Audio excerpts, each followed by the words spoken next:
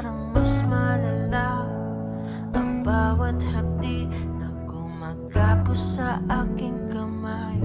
Ngayong wala ka na, di na makangiti, wala na kung katabi at mag-isa na lang na uuwi.